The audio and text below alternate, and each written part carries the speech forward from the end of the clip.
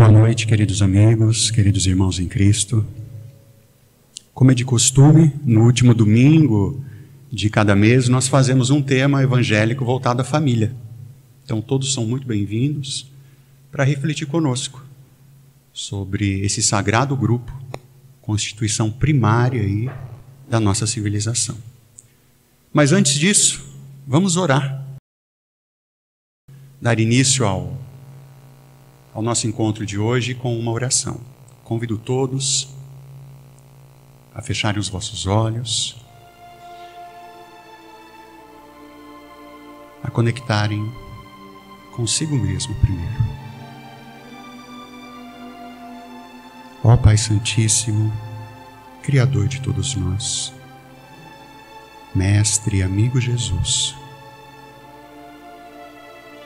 pedimos a vossa proteção, o vosso amparo e o vosso carinho, para que neste encontro tenhamos as palavras mais assertivas, os sentimentos nobres cultivados em cada um de nós, para que a atmosfera desta casa reflita o desejo pessoal de cada um de nós, de sairmos daqui melhores do que chegamos.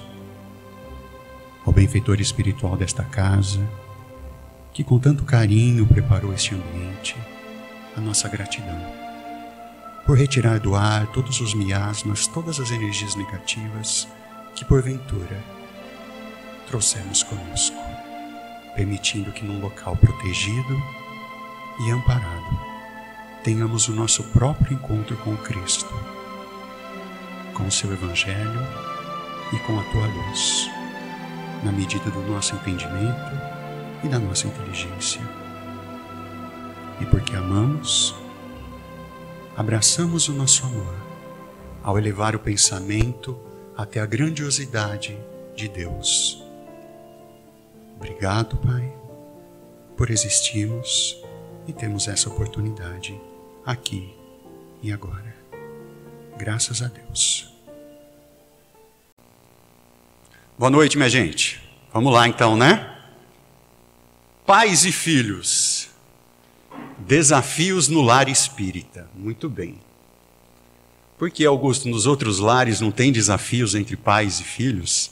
Todos os lares têm. Mas eu escolhi exatamente esse tema porque quando falamos do lar espírita, estamos falando também de um conjunto de crenças e de valores que coordenam a nossa vida. Muito do que nós percebemos do mundo e acreditamos influencia na nossa maneira de existir. Inclusive aqueles que escolhem não acreditar em coisa alguma ainda acreditam que assim podem conduzir a sua vida. Então, pais e filhos no lar espírita diz respeito à família onde os 5 pilares do espiritismo existem. Por isso eu coloquei esse slide e esses temas, não vou me aprofundar neles, não é o objetivo do nosso encontro hoje, mas de relembrá-los, porque somos espíritas, no que acreditamos quando dizemos que somos espíritas. E como esses temas vão influenciar as nossas relações familiares. Vão ser um norte ou um sul para as decisões que teremos que tomar quando em família. Tudo bem? O primeiro deles é a existência em Deus. Num grupo familiar, onde não há crença nesse ser superior, certamente as decisões e os valores são diferentes de um lar onde há essa crença. Na pergunta número 1 do Livro dos Espíritos, Kardec questiona o que é Deus. E talvez muitos de vocês já conheçam essa resposta. Causa primária de todas as coisas. Na questão número 10, ele vai perguntar: podemos compreender a natureza de Deus? Resposta: não. Falta o sentido. Não contente, Kardec, na 11, questiona o Espírito da Verdade. E será possível um dia? Sim. Quanto mais livre o espírito estiver da matéria.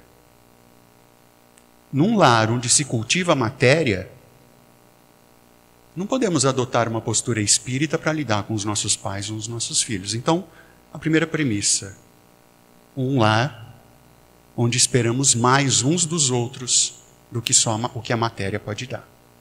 Tudo bem? Segundo, imortalidade da alma. Ora, se essa condição biológica, orgânica, é a única responsável pela vida, e quando esses átomos, essas células deixarem de trabalhar em conjunto, eu vou deixar de existir, se eu olho dessa maneira para o meu pai, para o meu filho, para o meu cônjuge, minha esposa ou meu marido, então família é só um acaso. E nesse grupo familiar, eu vou pensar em mim. Ora, novamente, uma família espírita onde a gente entende que esse momento é uma parte de um todo onde eu existo.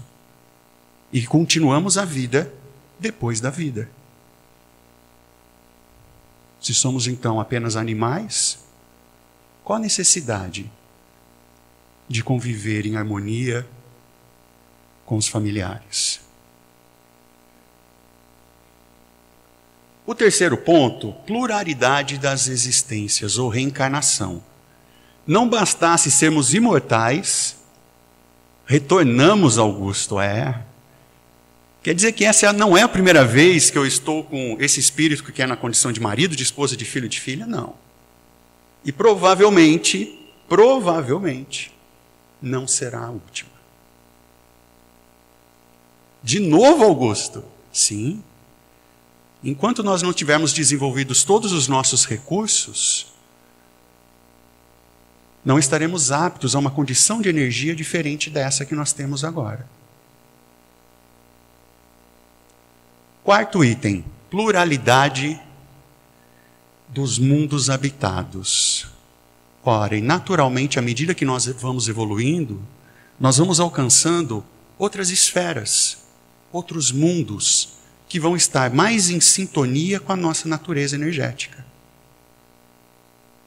No livro Nosso Lar, para quem gosta de acompanhar, que conta a história de André Luiz, percebe-se que mesmo ele, a mãe, quando desencarnou, por merecimento dela, habitava outras esferas onde ele não tinha acesso. E vez ou outra, o vinha para visitar. E nessa esfera, que é em Nosso Lar, uma cidade umbralina onde ele se encontrava, e ele consegue se desvencilhar dos laços da família carnal que ele estava aqui, por afinidade, ele encontra uma outra família, que é a de Lísias, que o auxiliou, e vai morar junto com Lísias e sua mãe, por afinidade, se integrando a uma nova família. Por último, não menos importante, e que apesar dessas diferenças de mundo, nós acreditamos que é possível que a gente se comunique com outros espíritos, que estão numa outra condição evolutiva ou corpórea em relação a nós, nos ensinando hora e hora, nos orientando. Ok? Bom, Augusto, sendo esses os pilares do Espiritismo, estão lá na Revista Espírita de 1868, quando Kardec começou a trabalhar nessa doutrina, a gente vai para o conceito de família. Na família estão espíritos de mesma condição evolutiva, reunidos por afinidades, laços de simpatia e pelos fins que visam fazer o bem ou não. Augusto, acho que não. Eu sou a ovelha negra da minha família. Não é possível que eu tenha alguma coisa a ver com os meus pais. São tão diferentes de mim. Com os meus irmãos, primos, tios, tias. Sim. Claro que há exceções.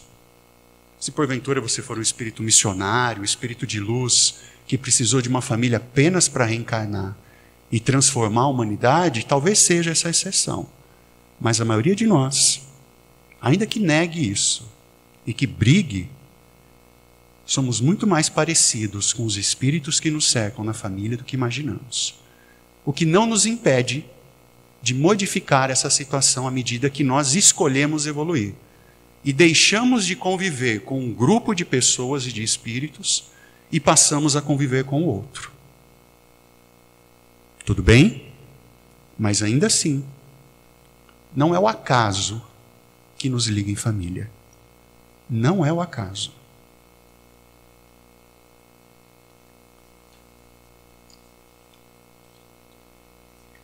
Bom, e aí, Augusto? Então hoje nós vamos falar sobre pais e filhos, e você vai trazer regras, então? Poxa, é uma tendência do ser humano a não querer obedecer regras, né? Eu não quero que ninguém me controle, eu não quero nada me controlando, eu quero ser livre. E quando há algum tipo de regra, parece que são tolhidas as possibilidades dessa liberdade, não é? Não, a regra serve para um todo, mas eu sou único, eu sou especial, essa regra se aplica a mim também? Como que eu posso me valer de uma regra que ajuda a todos quando eu sou tão único? E essas são algumas defesas psicológicas que nós nos valemos para evitar as regras. Sem dúvida alguma. Mas vamos lembrar de Moisés, eu não coloquei ele ali à toa. Olha só. Ele consegue retirar todo aquele povo escravo do Egito, caminha por quase 40 anos com eles no deserto, ele sobe ao monte e adivinha, ele desce com o quê? 10 regras. E como que estava aquele grupo dele quando ele desceu do monte? Todo mundo sentado, organizado, conversando, respeitando um ao outro? Não. Estava uma balbúrdia. A ponto dele dizer que é proibido matar um ao outro. Adorando um bezerro de ouro. Uma completa anarquia, sem regras. E se tem algo que nós aprendemos, quem faz o curso básico de Espiritismo, as 3 revelações, né, a primeira grande revelação espiritual para a Terra é a ideia do Deus único. Porque até então era uma crença ilimitada em vários deuses. Ele não só desce com os 10 mandamentos, como a ideia de um Deus único. De uma força única a reger o universo, de leis únicas e que valem para todos, para senhores e para escravos, e que não há distinção entre os homens. Ok? Bom, Augusto, tá, mas se vale para todos, eu não quero ser escravo das regras, eu quero fazer minhas próprias regras.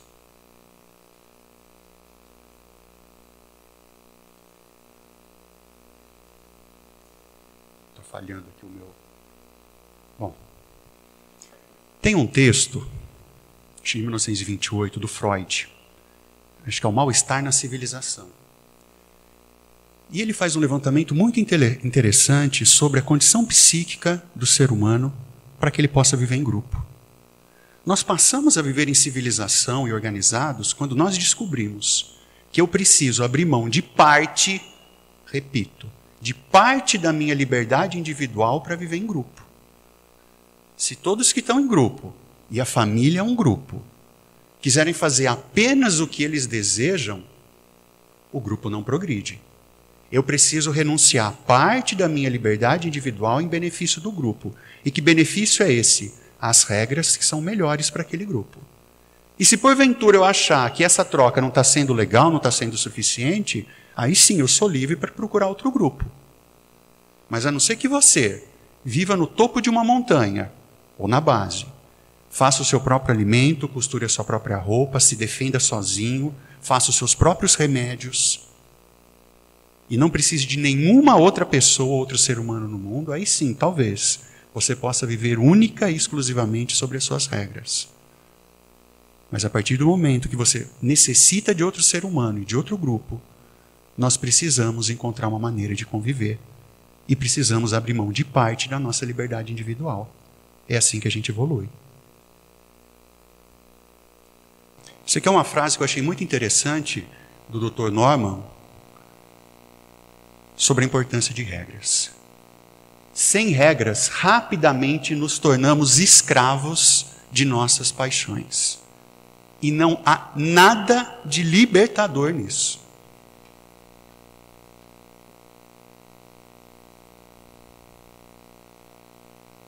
Voltamos a uma condição puramente animal, se assim podemos dizer, regidos pelos nossos instintos. Augusto, o que seria uma primeira regra, então? Ora, colocar nossa casa em ordem. Coloque a sua casa em ordem. Sim, Augusto, há tanta coisa que nós estamos passando pelo país, pelo mundo. Sim, começamos pela nossa casa. Há pais cansados, esgotados, sim, é verdade. Mas igualmente que estão liderando pelo exemplo seus filhos. Pais que estão endividados unicamente por uma desorganização financeira. Indisciplinados com o sono, indisciplinados com a alimentação.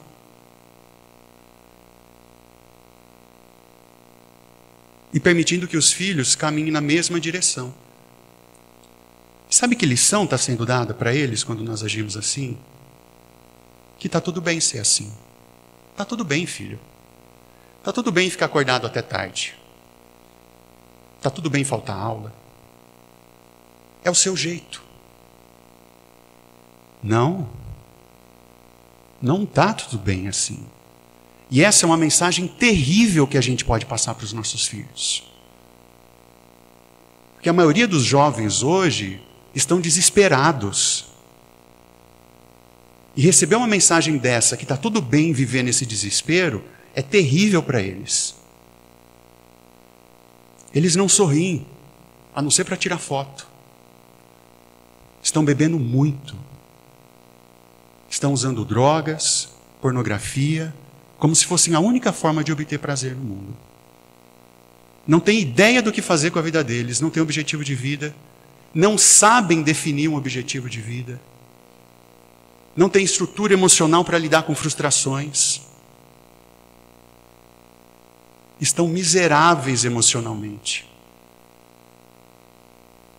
E quando nos encontramos dessa maneira, nós somos arrastados para a maledicência, para o mal. Bastante miséria espiritual arrasta você para o mal. A gente se revolta. E aí a gente fala que está tudo bem ser assim.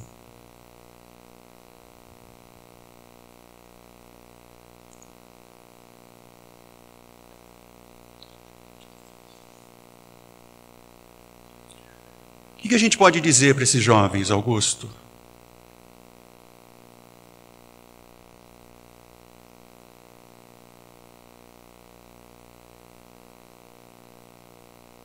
Filho, coloque sua vida em ordem. Tem coisas que precisam ser feitas e sim, vão ser difíceis. A grande mensagem do Cristo foi sim, amar uns aos outros como eu vos amei. E como Ele nos amou? Pelo exemplo. E que exemplo foi esse? Pegue o seu fardo, voluntariamente, coloque sobre os seus ombros e suba a montanha. Faça o que tem que ser feito.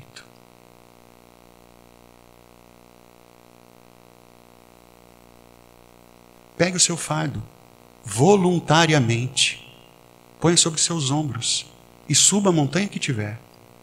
Assuma essa responsabilidade. Isso não só vai impedir você, jovem, de degenerar a sua vida como tem sido feito, como vai dar um sentido para ela.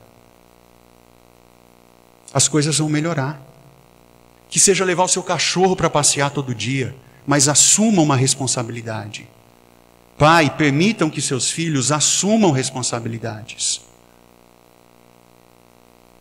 Sentido a gente não acha aí fora, a gente cria sentido para a nossa existência, assumindo responsabilidades.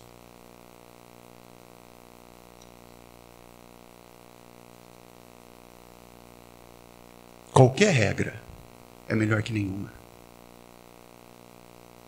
Augusto, mas eu preciso te contar o que acontece na minha casa. O que eu faço? Ora, eu não acho que alguém de fora precise dizer especificadamente o que precisa ser feito. Talvez você saiba já.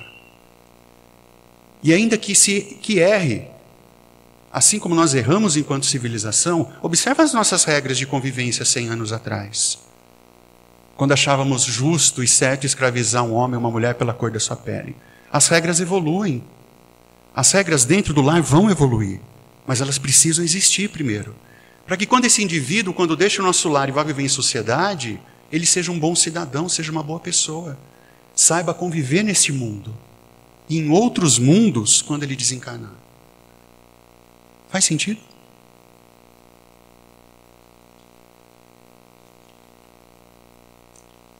Mas eu desconfio porque é tão difícil definir isso. Embora alguns pais saibam exatamente o que tem que ser feito em casa. Porque provavelmente estão reféns do amor dos filhos. Mas Augusto, se eu fizer isso, meu filho não vai mais gostar de mim. E quantas vezes eu ouvi mães dizendo, eu acho que meu filho me odeia.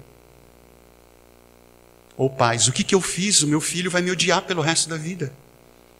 E reféns do que eles acham que é amor. E é preciso lembrar que amor é uma escolha. Escolha, Augusto, o outro escolhe se vai amá-lo ou não. Independente do que você fizer. Abrindo um parênteses aqui. Recebi certa vez uma moça, 28 para 29 anos. Ela havia sido diagnosticada com câncer de mama. E nós sabemos que o câncer de mama, especialmente na mulher mais jovem, ele é muito agressivo quando ele vem. Ela precisou fazer a cirurgia para a retirada das 2 mamas, a cicatriz e tudo, um processo bem traumático para ela, fisicamente, psicologicamente, e ela procurando se recuperar. E naturalmente, vaidosa, né, começou a se questionar como seriam os relacionamentos afetivos dali para frente.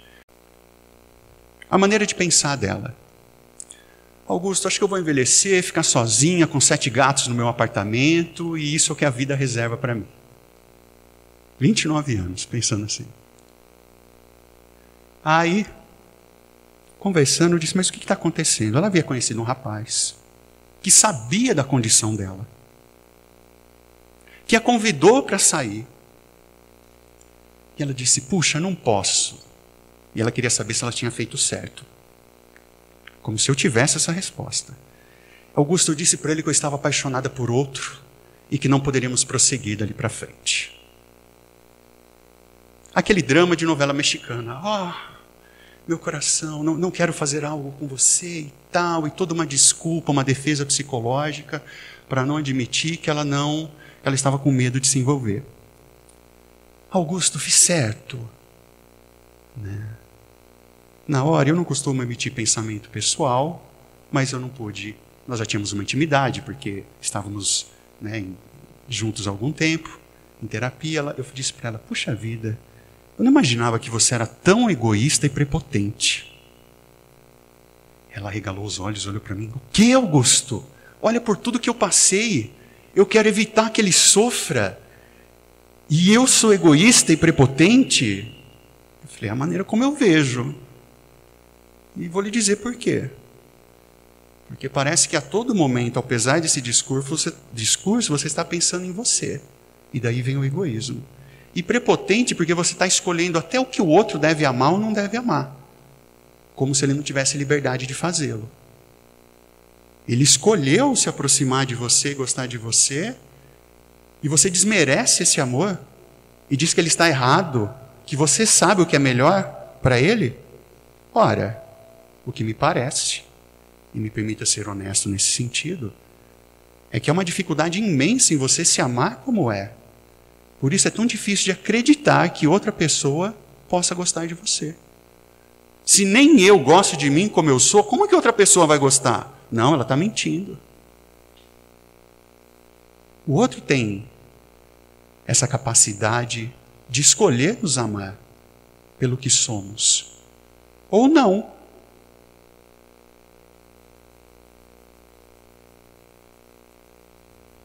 Por isso, pai, mãe, se você não acreditar, pai, que você é o grande protetor, a grande referência desse grupo de espíritos que estão sobre sua tutela, e é seu dever orientá-los também e protegê-los, como que a sua esposa ou seus filhos vão acreditar nisso? Mãe, se você não acredita e se ama como essa mulher, capaz de acolher, que a biologia te preparou com um útero para receber a vida, você é a referência de amor, de construção, de acolhimento. Se você honestamente não acredita em si, nessa sua capacidade de amar, nas dúvidas que tem para lidar com seus filhos, ainda que eles escolham não te compreender e não te amar, como que seu marido ou seus filhos vão poder, de alguma forma, agir nessa direção?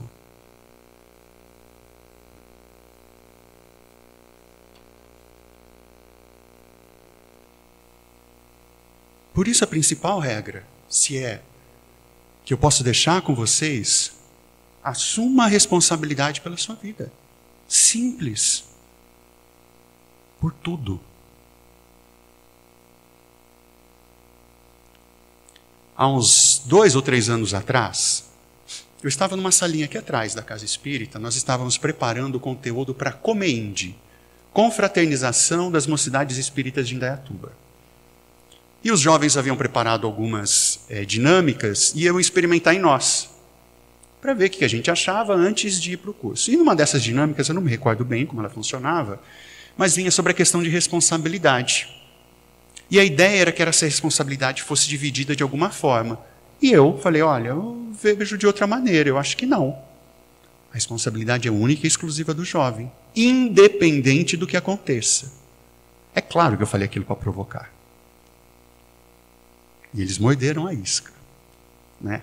Os jovens são interessantíssimos, eles caminham pelos extremos, né? Isso é normal nos jovens.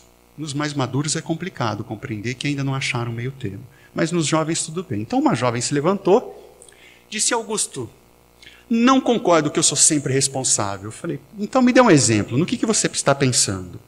Ela disse, imagina a seguinte situação. Meu pai e minha mãe saem de carro, batem o carro e morrem. A culpa é minha? Primeiro vamos distinguir 2 coisas aqui, culpa e responsabilidade. Culpa é essa tomada de consciência de que eu deveria ter feito, tinha recursos para, e talvez por preguiça, por medo, não o fiz. E mais um detalhe, a culpa está sempre no passado.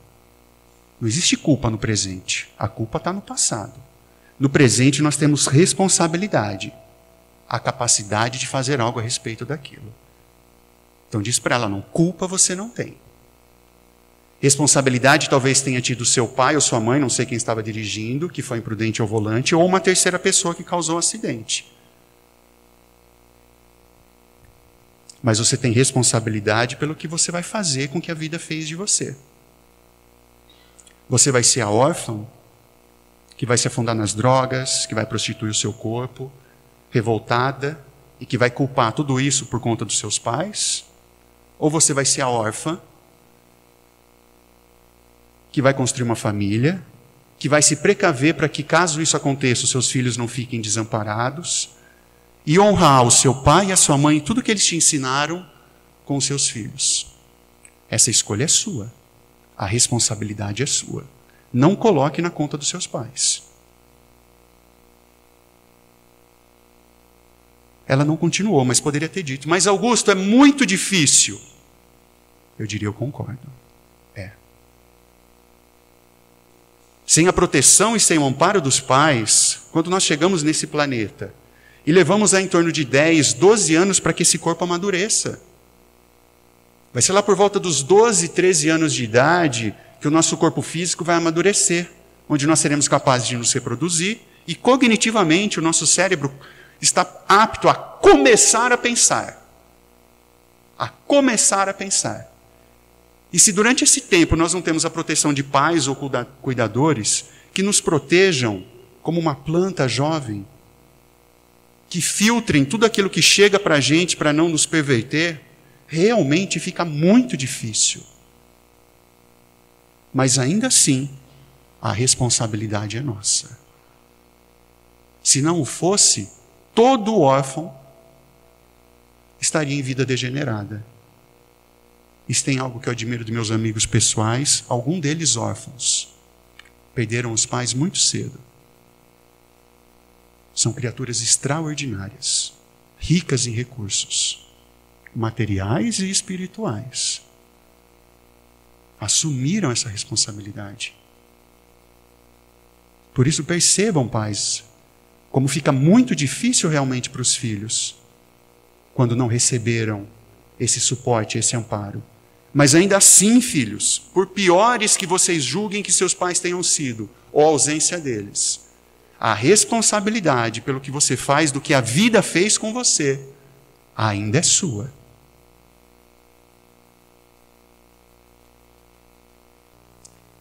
E justamente para esses filhos,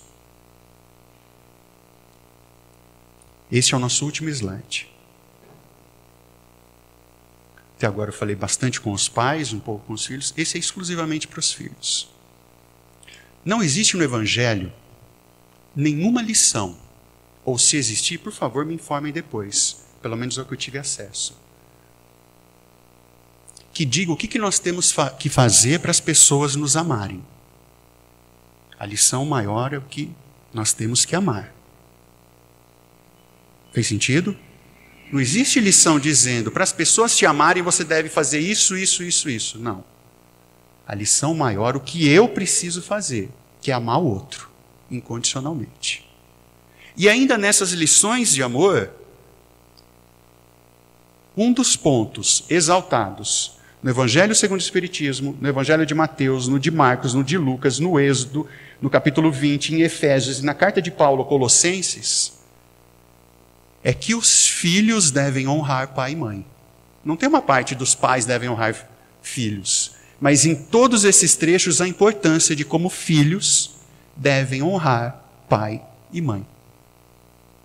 A responsabilidade que nós temos por esses espíritos que escolheram, ou não, talvez, por imposição, nos acolher neste planeta, nessa existência para a nossa evolução. Então me permitam despedir de vocês com essa lição do poço. Por isso eu coloquei aquele poço ali. A lição é da Idade Média, bem característico com essa imagem, mas poderia ser de alguma região no nordeste do nosso país, África Meridional, nos dias de hoje, e que esses fatos ainda ocorrem. Esse poço servia uma comunidade. E era muito comum que as pessoas tivessem que sair das suas casas para ir até o poço, poder pegar água potável. Narra a história que haviam chegado nesse poço, 3 mulheres e um senhor que estavam ali a retirar água para os seus afazeres pessoais. E eis que a primeira mulher, dizendo-se mãe, fez um comentário geral. Como sou orgulhosa de meu filho, ele é tão forte, corre mais que os seus colegas. Belo, é o orgulho da minha família.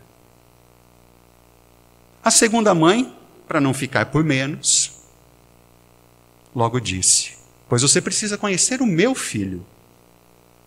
Sensível, tem na garganta os assovios de um pássaro. Canta lindamente, envolvendo todos que estão ao seu redor. É o orgulho da minha família. E a terceira mãe ficou quieta. O senhor que acompanhava a conversa perguntou a ela, e a senhora não tem filho? Ela disse, sim, tenho, mas é uma criança normal, como todas as outras. Estavam terminando de encher os baldes de água, e eis que sobe pela colina e aparece 3 grandes jovens, adolescentes. O primeiro, bem dotado fisicamente, ombros largos, forte, vinha pulando sobre os obstáculos, subindo nas pedras e demonstrando toda a sua agilidade e força. O segundo vinha cantarolando uma bela melodia. E o terceiro veio, aproximou-se da mãe, passou os braços pela sua cintura, abraçou-a carinhosamente E antes que ela pudesse dizer qualquer coisa ou fazer qualquer gesto, pegou os 2 baldes de água que estavam ali, virou-se e foi em direção para casa. A primeira mãe irrompeu na seguinte pergunta para o senhor que acompanhava tudo: e aí, o que o senhor achou dos meus filhos ou dos nossos filhos? De olhar muito sereno, o velho ancião olhou para ela e, acenando com a cabeça, disse assim: ah, sem dúvida, são 3 belos jovens, mas eu enxerguei apenas um filho.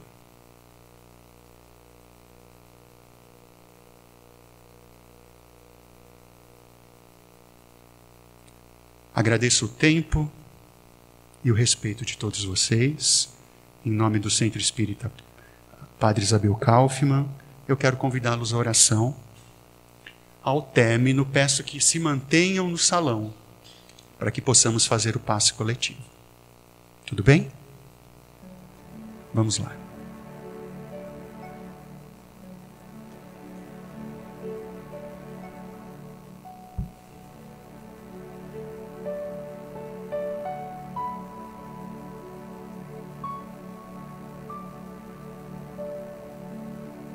Amoroso Mestre Jesus, como é sublime a sua mensagem de sacrifício e responsabilidade no cuidado de todos nós, seus irmãos, na grande família espiritual a qual pertencemos, tendo Deus como grande Pai e a grande Mãe. Saibamos recolher no nosso íntimo os afetos e o carinho com que fomos criados. A imagem e a semelhança de Ti, ó Pai, é na sua imensa capacidade de amar. Somos dotados, embora esqueçamos disso, Senhor, dessa luz e dessa força do amor. Agrupados em família, segundo as nossas conquistas pessoais, permita, Mestre, humildemente lhe peço em meu nome e em nome de meus irmãos que aqui estão comigo no salão. Acalenta-nos com a presença da nossa família, aqui na terra e a espiritual. Amados irmãos, que a condição da encarnação permitiu que esquecêssemos, mas que permanecem velando por nós, nos orientando e nos protegendo. E outros, por motivos do Teu amor, que já nos deixaram.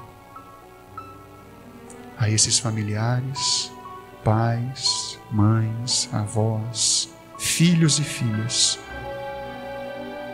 que estão concluindo a sua jornada em outro plano, a nossa saudade boa, a nossa lembrança de que permanecemos em luta com as nossas responsabilidades aqui na terra. E por compaixão, Senhor, e misericórdia da nossa condição, que possamos lançar neste momento uma luz saindo de nosso coração, que os abrace onde quer que estejam, recobrando a lei de que somos todos os seus filhos.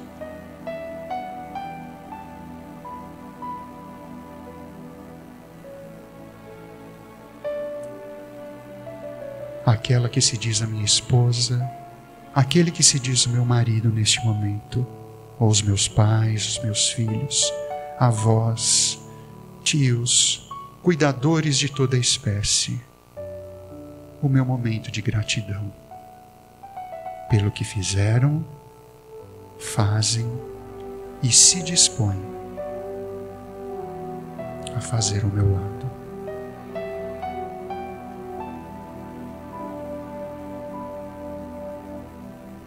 pela gratidão em nossos corações,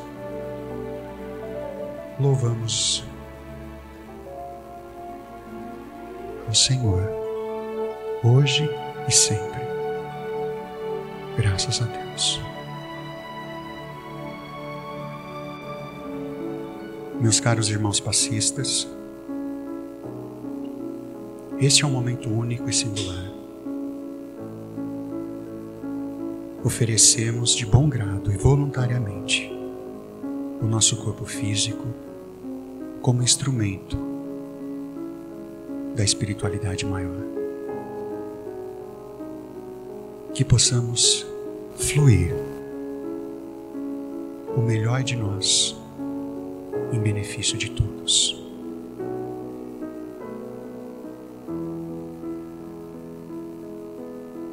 Caro amigo, irmão e irmã,